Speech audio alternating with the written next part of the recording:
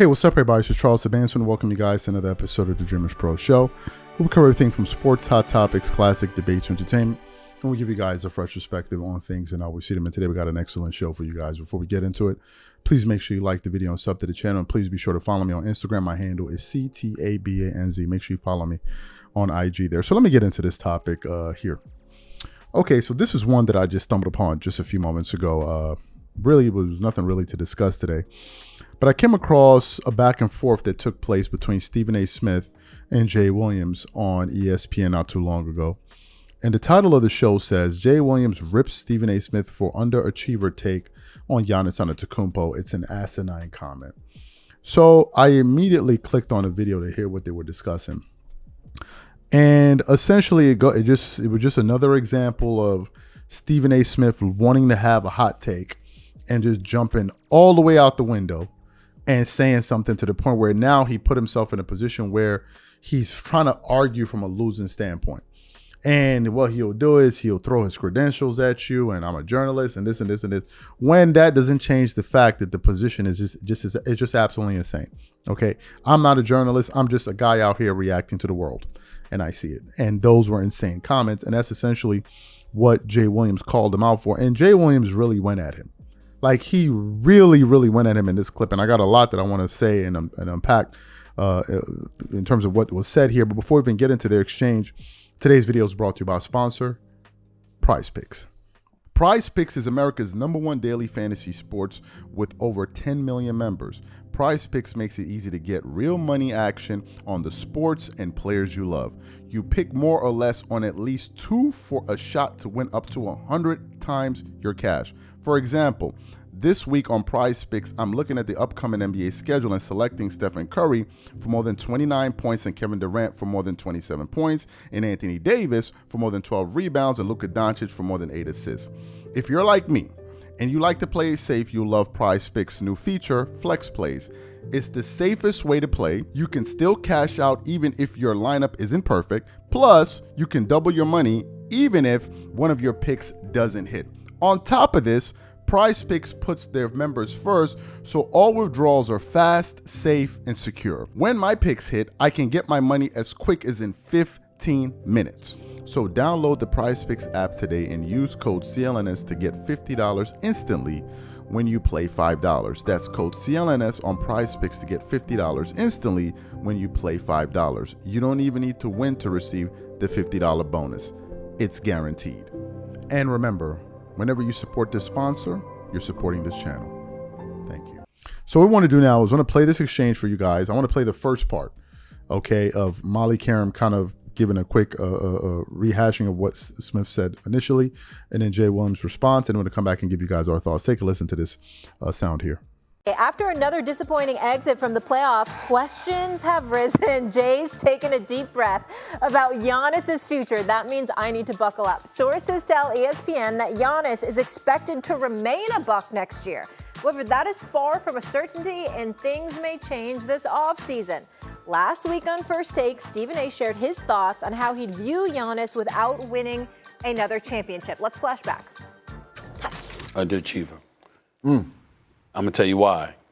It's one of the greatest players to ever play the game. 9 All-NBA selections in his career, 9 All-Star selections, and top 10 finishes in league MVP voting 9 times. And he has more of that than postseason series wins. That's unacceptable. You don't look at somebody that dominant, that fantastic, with that kind of fire in his belly to compete on a night-in, night-out basis, and all you have is one championship to show for it.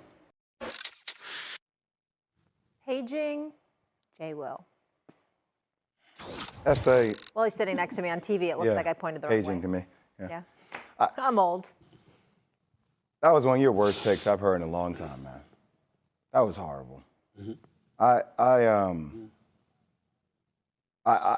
had to, you know, like I'm the little brother that has is filled with the venom sometimes when you and I go at each other, and it's all love because it's always love. But I think we really need to do a better job of reframing some of these conversations, right? And if you were to say that the franchise, the Milwaukee Bucks, have underachieved or the biggest underachievers with the talent of Giannis? Fair. But a guy who has a 50-point closeout game, a guy who's never chased any of these dream team scenarios, a guy who is a finals MVP, a guy who's a multi-time all-star, all NBA, all everything, global face of the game. The fact that he brought an NBA championship to Milwaukee in the midst of the fire that he did. To call him an underachiever, I just think is an asinine comment. Because then if we go through history, we're calling a lot of these other great players who have won one NBA championship, which, by the way, you know how hard it is to win a championship? It's one of the hardest. It's like, okay, my college career, I'm an underachiever because my freshman and my junior year, we lost to Florida in the Sweet 16 and we lost to Indiana in the Sweet 16. And both of them went on to lose in a national championship game, but I got one my sophomore year, so I'm an underachiever because I should have more. So you're calling Allen Iverson an underachiever. You're calling Dirk an underachiever. You're calling KG an underachiever. You just called Oscar Robertson an underachiever because they've all got one championship and because their talent is so great that in your mind, if they don't win more than one, if their career ends with only one championship, which just sounds crazy to say that would have negative connotation in it, which I think, frankly, is part of your job, having the seat that you have, having the career that you've had, right? We got to frame these conversations because there's no way in hell anybody who watches basketball, who knows the level of greatness that comes along with Giannis would say that he's an underachiever. Now, maybe Giannis might think to himself quietly, hey, I wish I could have got more championships. But I think anybody who's won a championship knows how everything needs to align perfectly, from front office to coaching to personnel to the ball bouncing the right way every single time for it to pivot for you to win a championship. So you heard the sound. What are my thoughts about this?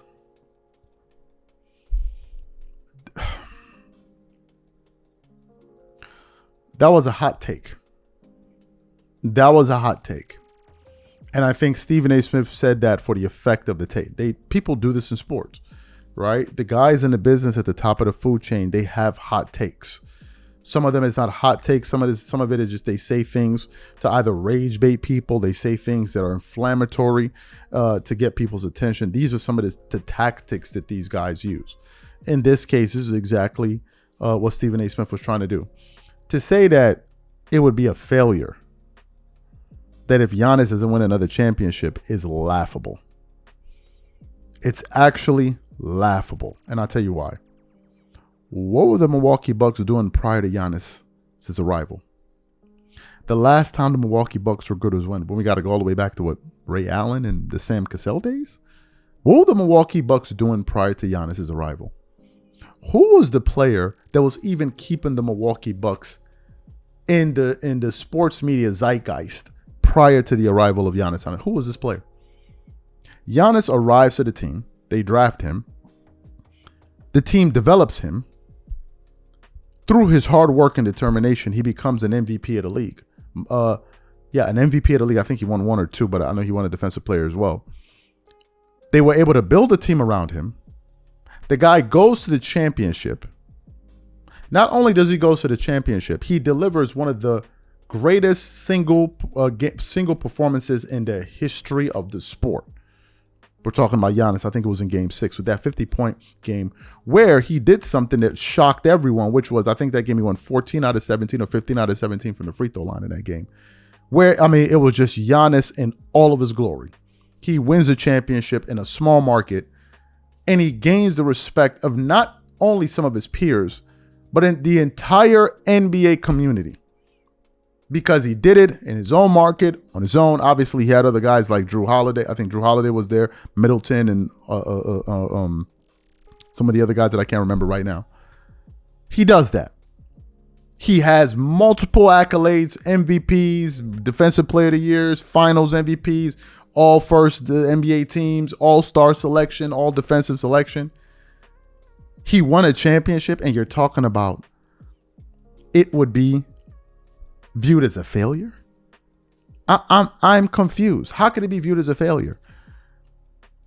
How could it be viewed as a failure? They brought Dame into the situation. This situation didn't work out. Injuries occurred and all of that. But the thing that gets me is like you're trying to penalize a guy that decided to stay where he is. Stephen A. Smith is all about big markets. He's all about big markets.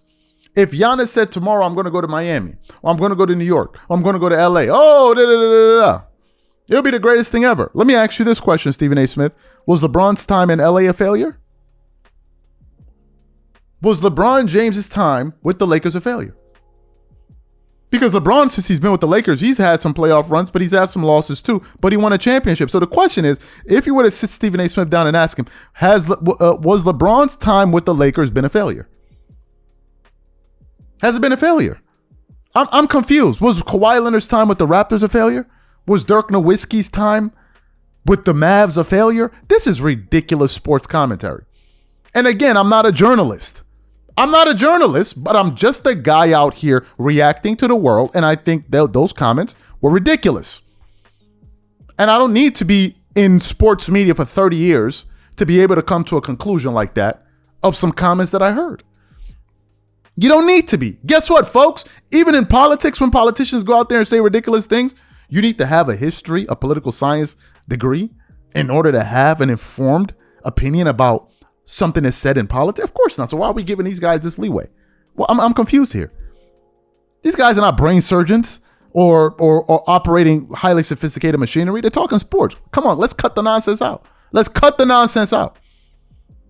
That was a ridiculous take, but this is what they do. Hot takes. Some of them, as I said, they don't do hot takes. Some of them, they do rage baiting takes. Like when Nick Rice said in 2016, LeBron James said, pass LeBron. That was a rage bait take and a hot take to a certain extent. This is what they do. These are my thoughts. And I 100% agree with what Jay Williams had to say. That was absolutely asinine and absolutely ludicrous. So what I want to know from you guys is, whose side are you on? Are you on Jay Williams' side or Stephen A. Smith's side? Whatever you guys think, please leave your thoughts and comments in the comment section. We catch you on the next show. Peace.